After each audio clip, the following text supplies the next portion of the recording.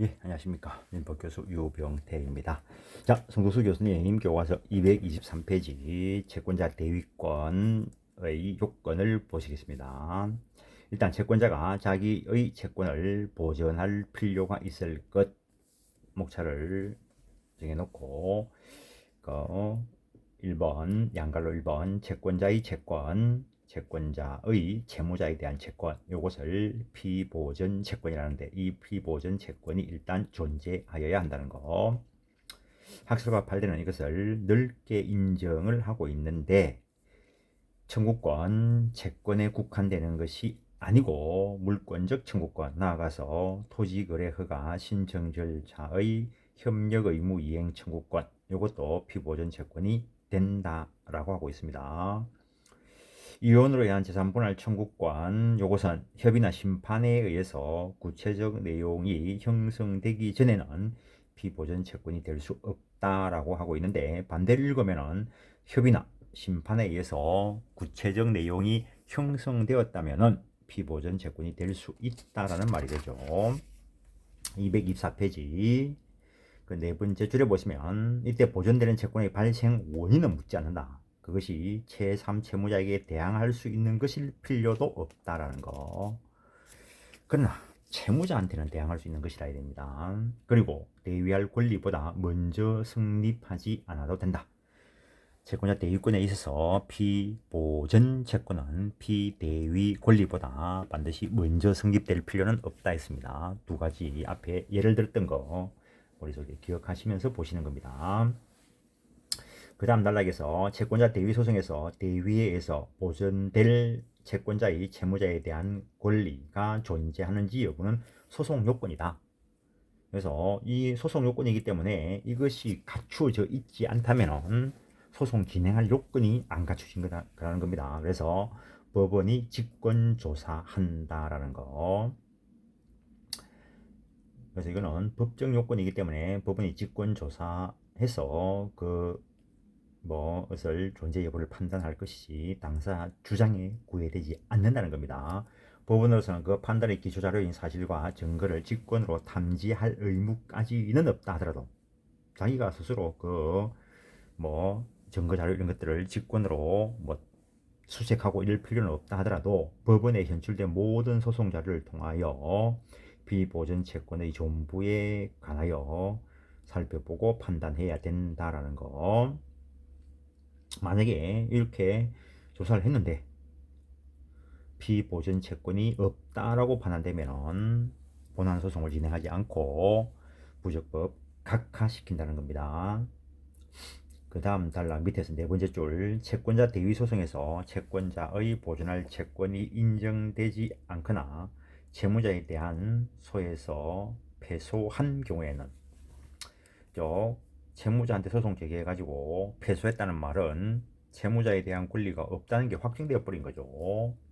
그때는 채권자가 스스로 원고가 되어 채무자의 제3 채무자에 대한 권리를 행사할 당사자 적격이 없게 되는 것이다. 그래서 부적법 각하한다는 거죠. 자기가 권리가 없으니까 소송을 제기할 이유가 없는 거죠.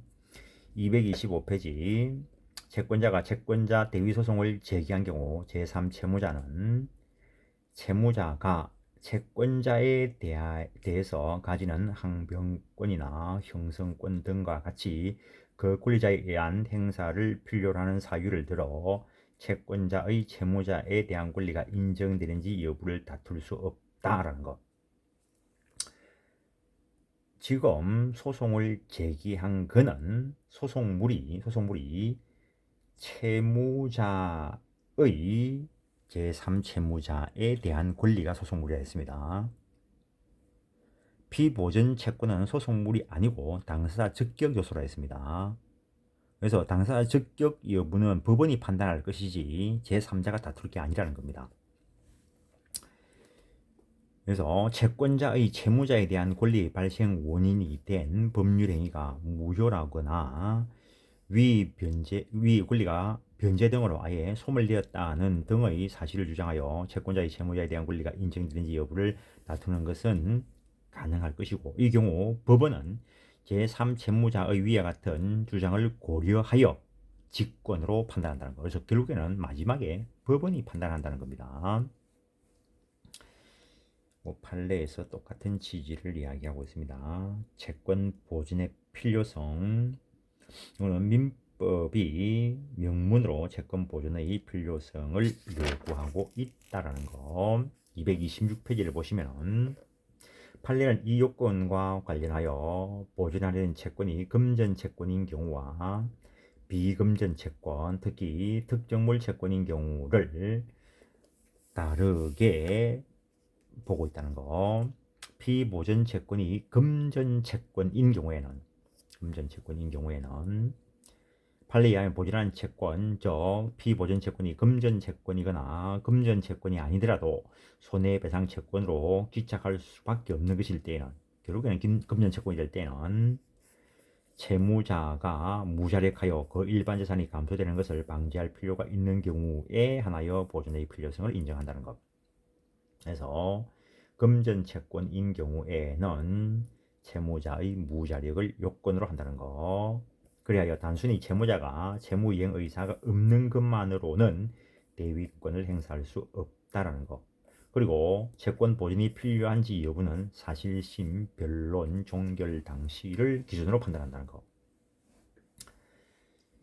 그 다음 단을 보시면 판례는 다른 한편으로 피보전 채권이 금전 채권임에도 불구하고 일정한 경우에는 채무자의 무자력을 요구하지 않고 있다 해가지고 교수님께서는 거기에서 예만을 들고 계신데, 그 오른쪽에 옆에 가지번호 121번 그 밑에 두 줄, 채권자가 보존하는 권리와 대위하여 행사하려는 채무자의 권리가 밀접하게 관련되어 있고, 채권자가 채무자의 권리를 대위하여 행사하지 않으면 채권자 자기 채권의 완전한 만족을 얻게 될 위험이 있어 채무자의 권리를 대위하여 행사하는 것이 자기 채권자의 채권의 현실적 이행을 유효적절하게 확보하기 위하여 필요한 경우라면 채무자의 무자력을 요건으로 하지 않는다는 거. 그래서 조금 전에 그 가지번호 121번 밑에 있던 요 판례는 특정 채권인 경우만 아니라 금전 채권인 경우에도 채무자의 무자력이 요건이 아닌 경우에 해당 공통적으로 요구되는 판례입니다. 그래서 오히려 특정 채권인 그쪽보다는 226페이지 그런데 판례는 해놨는데 그쪽에 요 내용을 쓰는 게 더 맞다고 봅니다. 그래서 그런 밀접하고 유효적절한 그의 구체적인 예가 타인의 건물에서 유실물을 실제로 습득한 자가 법률상 습득자를 대위하여 보상금의 청구를 하는 경우, 그 다음에 대위 상속 등기는 오히려 특정 채권과 관계가 있고, 그 다음에 의료인이 그의 실업의 청구권을 보존하기 위하여 채무자인 환자가 국가에 대하여 가지고 있는 국가 배상 청구권을 대위 행사하는 경우, 나아가 특히 이게 더 중요하죠. 임대차 보증금 반환 채권을 양수한 채권자가 그 이행을 청구하기 위하여 임차인의 가혹 인도가 선행되어야 할 필요가 있어서 임대인을 대위하여 임차인에게 가혹을 임대인에게 인도하라는 경우, 그 다음에 수임인 위임에 대해 가지는 대변제 청구권을 보존하기 위하여 채무자인 위임인의 채권을 대위 행사하는 경우, 그 정도 보죠. 그 다음에 특정 채권인 경우에는 이거는 돈이 중요한 게 아니고 바로 그 물건을 가져와야 됩니다. 그러니까는 바로 그 물건을 가져오는 것이니까 채무자가 다른 재산이 있나 없나는 따질 게 아니죠. 그래서 이런 경우에는 무자력이 요건이 아니다는 거. 그래서 밑에 보시면은 등기 청구권이나 그다음에 인도 청구권 이런 것들에서는 채무자의 무자력이 요건이 아니라는 거. 그래서 밑에 보시면은 더 구체적으로 등기 청구권을 보존하기 위하여 등기 청구권을 대위 행사하는 경우, 마찬가지로 228페이지 보면은 일정한 경우에는 말소 등기 청구권도 대위될 수 있다는 거. 말소 등기 청구권이 대위될 수 있는 거는 뭐 예를 들어서 A 소유의 부동산을 B가 매입을 하고 매매 대금을 다 주었는데 이거를 등기 이전하려고 보니까 어떤 사람이 A 소유로 되어 있을 때 위조해가지고 어떤 사람이 등기를 해 가버렸다는 거죠. 그럼 위조해 갔으면 이거 무효죠. 그런데도 불구하고 A가 방치하고 있으면 B가 직접 C한테 이전 등기 청구할 수는 없습니다. 왜냐하면 B와 C는 직접적인 관계가 없고 B가 A에 대해서 가지는 권리는 채권이기 때문에 채무자인 A한테만 주장할 수 있는 것이지 C한테는 주장할 수가 없죠. 그때 바로 그 물건을 가져오기 위해서 그 이전 등기 청구를 행사해야 되는데 그 이전 등기 청구권을 가지고 즉 비금전 채권을 가지고 A를 대위해서 위조해서 등기해간 그 사람한테 말소 청구할 수 있다는 거죠. 당연한 거죠. 228페이지 참고 판례 한번 보시고 그 다음에 현실적으로 문제가 되는 마지막 두 줄 한번 보시죠. 나아가 법정 지상권자가 지상권 등기 없이 그 소유 건물을 양도한 경우에 그래서 참 이런 것들 그림 그려가면서 보면 참 재미있는데 A 소유의 토지에 A가 당연히 토지 등기를 가지고 있고 지상에 A 소유의 건물이 있습니다. A 소유 등기로 되어 있고 그런데 저 토지와 지금 건물이 동일인에게 속하고 있습니다. 근데 이 건물에 대해서만 A가 누군가에게 저당권 설정을 해주었고 그 저당권자인 채권자가 채무자인 A가 돈을 갚지 않으니까 이 건물을 경매 실행을 해서 건물을 경락을 받고 경락대금을 완납하면 등기 없이도 경락받은 사람은 건물 소유권 취득을 합니다. 그러면은 저당권 실행으로 토지와 지상 건물 소유자가 달라지게 되었을 때 건물 소유권 가진 자는 토지 등기부에 기록이 없어도 법정 지상권 법률 규정에 의해서 지상권을 취득을 합니다.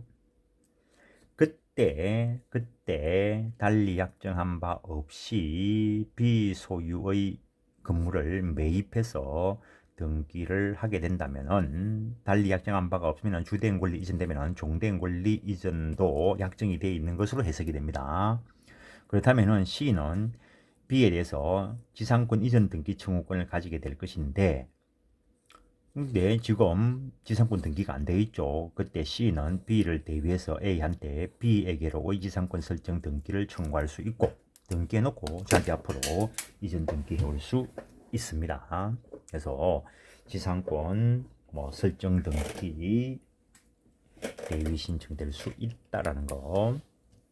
이거는 지상권하고도 관련되는 것이고 229페이지 그러나 부동산 소유자에 대하여 소유권 등기 청구권을 가지고 있는 자라도 그가 등기를 하기 전에 제3자가 소유자를 상대로 소유권 이전 등기 절차 이행의 확정 판결을 받아서 이전 등기를 해 갚버렸다면 그 확정 판결에 의해서 등기돼 버리면 기판력이 생겨버립니다. 그래서 그 확정 판결이 당연 무효이거나 재심의 소에 의해서 취소되지 않는다면은 그 소유자를 대위하여 등기의 원인 무효를 이유로 말소 청구할 수 없습니다. 이거는 소송법 원리 때문에 그렇습니다. 그 다음에 임차권 등 사용 청구권을 보존하기 위해서 방해 배제 청구권을 대위 행사할 수 있다.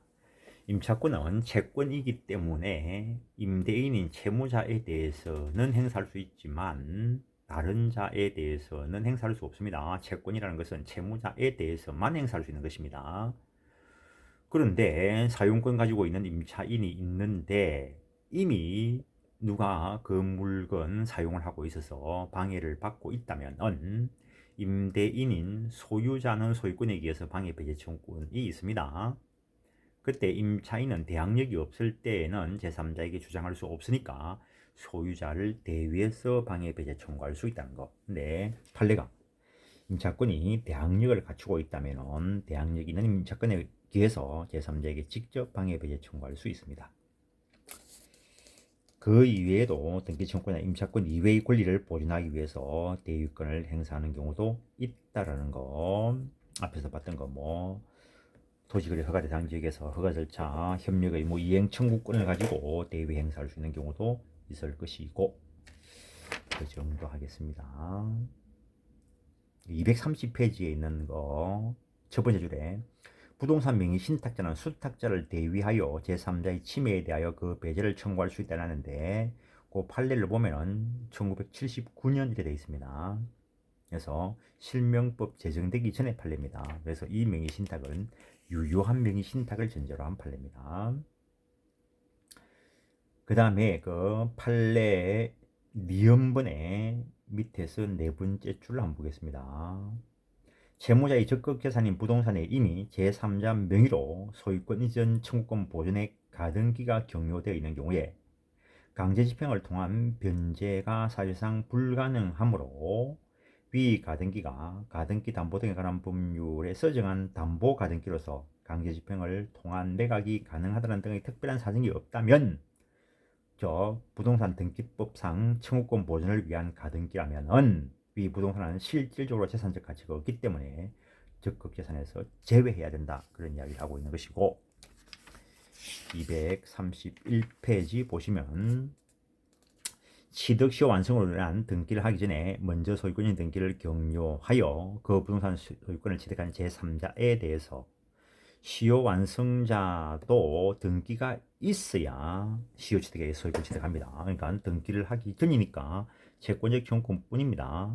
그래서 제3자에 대해서 시효 취득을 주장할 수 없다 할 것이지만 이는 어디까지나 그 제3자 명의가 등기가 적법 유효하게 되었을 때이고 만일 그 제3자 명의의 등기가 원인 무효라면 취득시효 완성사는 진정한 소유자를 대위해서 그 원인 무효인 제3자 명의의 등기 말소 청구할 수 있다라는 것.